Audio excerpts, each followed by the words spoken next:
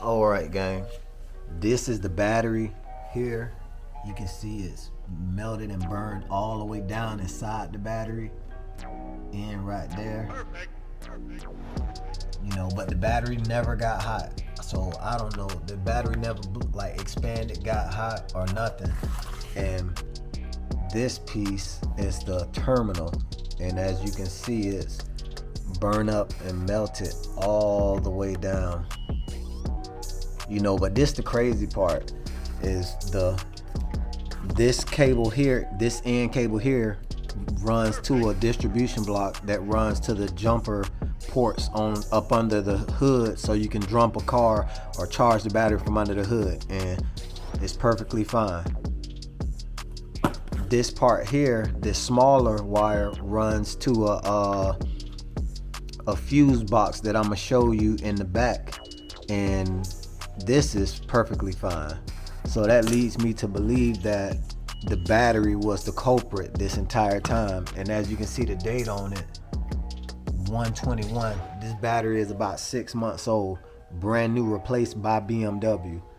BMW is fully aware of the problem, but I can't move the car yet until this piece here comes in that I ordered, and I'm gonna put the battery out of the X5 and the X6M to take it to the dealership. Because I think this battery was the problem, and I'm gonna show you exactly what happened.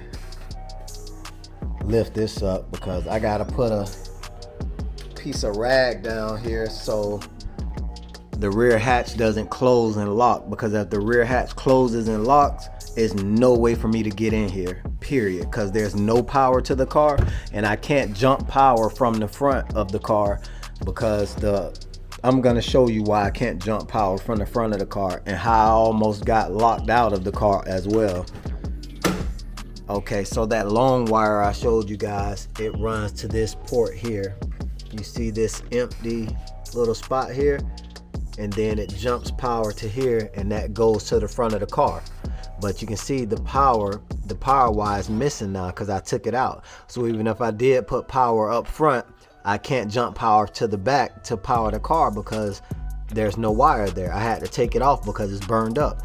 And this is the fuse box here, or some distribution block, and the other wire went in here. Now if I would have left that power terminal connected when I took the battery out, it would have kept power ran to the front of the vehicle, to the back, and I could have hooked jumper cables or anything up front, and that would have still powered the car. But the only way to power this car as of right now is to put a power directly back here on something, or do it through the OBD2 sensor. And that's what I had to do when this hatch closed and locked on me. I was devastated because there's no release. If you go back in this little port here, the only thing that shows is 2 bolts to take this out. That's the only thing back there. It's 2 bolts to pop this out, and I don't even think you can get it all the way out if you did take the bolts off, so the door would have still been closed. BMW wanted me to drop the SUV off so they could find their way of getting it off. That's $100 and something in towing, plus 2 hours at $190 a piece down the drain. But I'm gonna show you guys exactly what I used so I didn't have to pay that, and I'm gonna show you right now. This piece here, gang, this little $12 rig, whatever you call it, saved me about $400. This is the best thing you can ever have for a BMW if there's no way to get power to the car.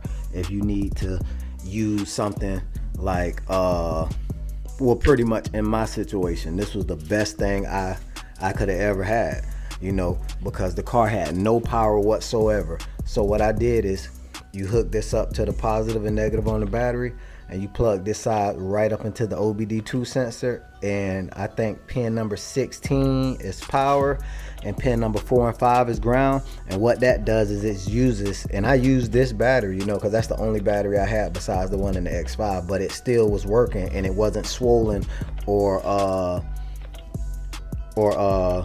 it didn't heat up when it like messed up, I guess. So I just used that, which was probably a bad idea, but it worked.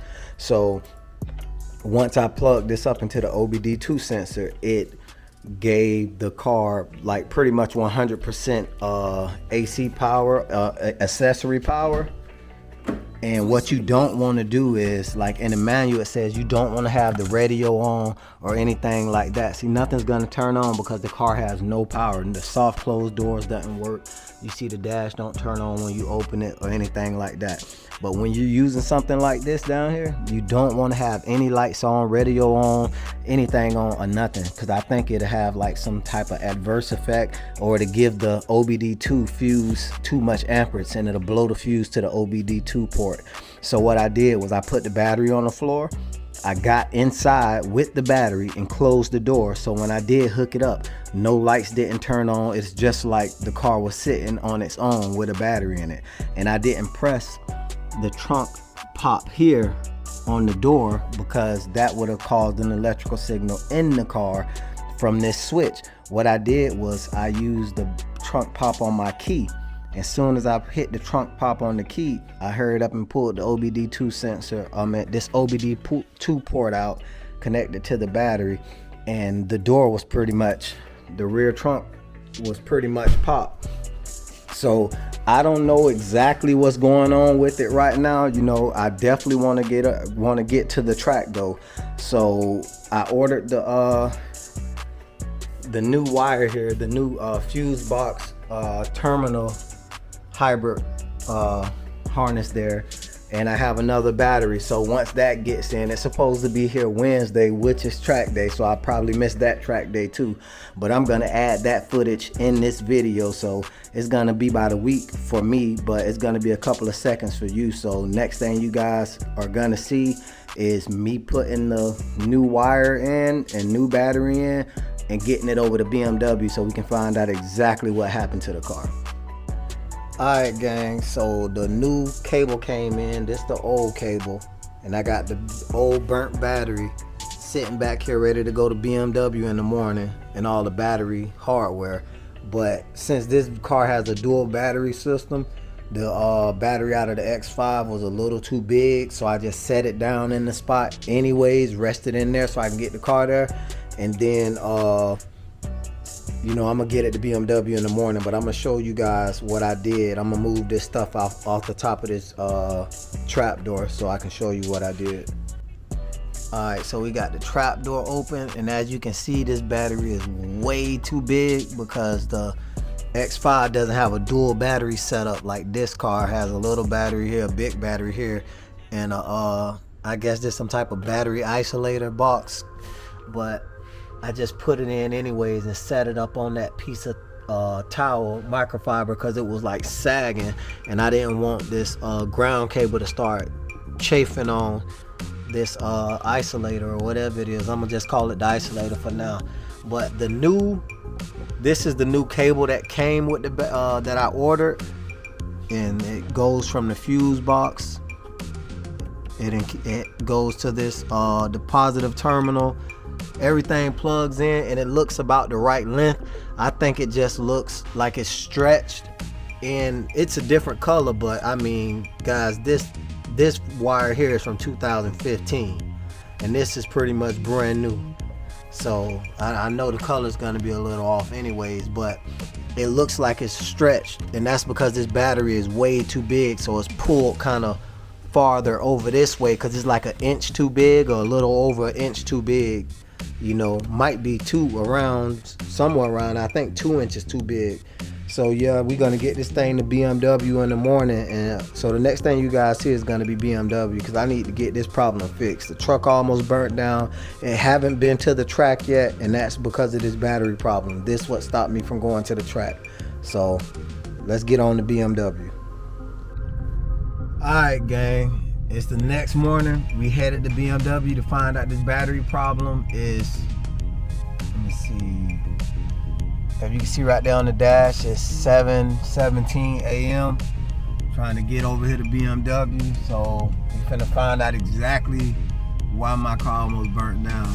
You know, I'm tired gang, you know, it's early, but we finna find out what's wrong with my baby so we can get this thing over to the track and get the rest of these mods put on. I know I look a hot mess this early in the morning, but let's go get this coffee.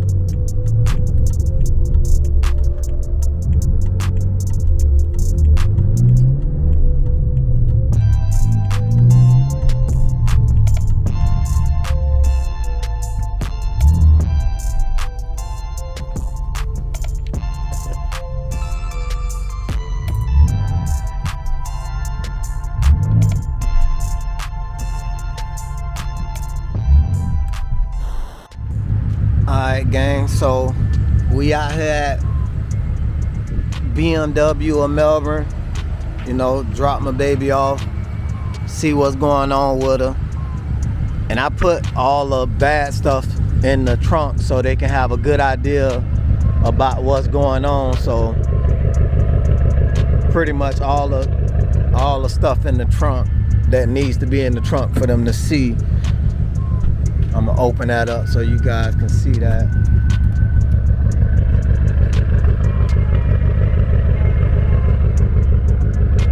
Yeah, so this is the last stop. This is the last stop in the road before we find out what's going on so we can get on to the track, gang. Alright, gang, so we finally got the car back from the dealership, and oh yeah, I got a toolbox now. I got most of my tools off of the floor. Oh, let me hit this. Got most of my tools off of the floor now. Yeah, got the little Autolust garage looking a little bit more professional. Don't got really much in that drawer. But anyways, you know, I found this on Letgo, guys. If you're looking for anything, check Letgo. OfferUp, not Letgo, OfferUp. OfferUp bought out Letgo, so check them out. But anyways, and that's not paid. That's not a paid advertisement, you know. I like Letgo. But anyways, we got the battery swapped out and placed and the new cable in. So come to find out, BMW of Pleasant Grove didn't tighten the positive on the battery. So at the time, it just heated up and almost caught fire, guys. So they warranted out the battery, and they were trying to warranty out the cable, but I had to get BMW of Pleasant Grove in Utah to warranty out the cable, and I don't want to go back and forth with the company that's over 1,000 miles away to warranty out the cable. So, you know, I'm just glad the car's fixed. And they went through every computer and stuff like that, and you know, everything works perfectly fine now. So I'm glad it wasn't an electrical issue or something like that. But shame on BMW. Some of the BMW dealerships, you would think they know what they were doing, you know, since they work with BMWs all day. But some good news I have also, more good news, is I just bought a Dragy. If you guys know what a Dragy is, to get some performance specs on this car when I don't have time to go to the track. You know, it's not gonna be prep track performance numbers, but it'll be real world performance numbers. So you guys know exactly what your X5, like that one out there, and your X6M run with the type of mods like I got, guys, on the street. So, and that gives 60-foot times, 0 to 60, quarter mile, eighth mile, half mile, you know, all performance. So I'm gonna be doing some runs with the Dragy when that comes in with both the X5 and the X6M. But thank you guys very much for watching the video. More to come soon. Since the battery's fixed, we're definitely going to the track now. So Autolust out.